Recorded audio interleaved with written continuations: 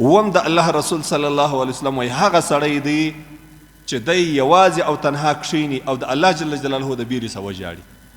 دا ډیر بهترین عمل دی زما ورونو. موږ په معاشره کې دا شی ترک دی، خلک یې نه کوي. کوشش دا کوئ چې کله ناکله داسې موقع پیدا کوئ چې یوازې په مسجد کې یا په کوټه کې یا په خونه کې یا په یو ځای کې کښېنئ، یو وارې د الله تبارک وتعالی د خوفه څه څو اوښکې راتویوئ. رسول الله صلی الله علیه وسلم وایي ورجل ذکر الله خالیا ففازت عیناه. یو هغه مؤمن مسلمان دی چې دی د الله تبارک وتعالی د رضا دپاره، د الله د یادېدلو دپاره، د الله د نعمتو د ذکر دپاره یوازې کښیني او بیا په دغه حالت کې د در سترګو اوښکې راتوسي، د دغه مؤمن مسلمان اجر د دغه عمل دا دی چې الله تبارک وتعالی به در عرش د سایه لاندې کښیني. څه معنا؟ جنتي به کې.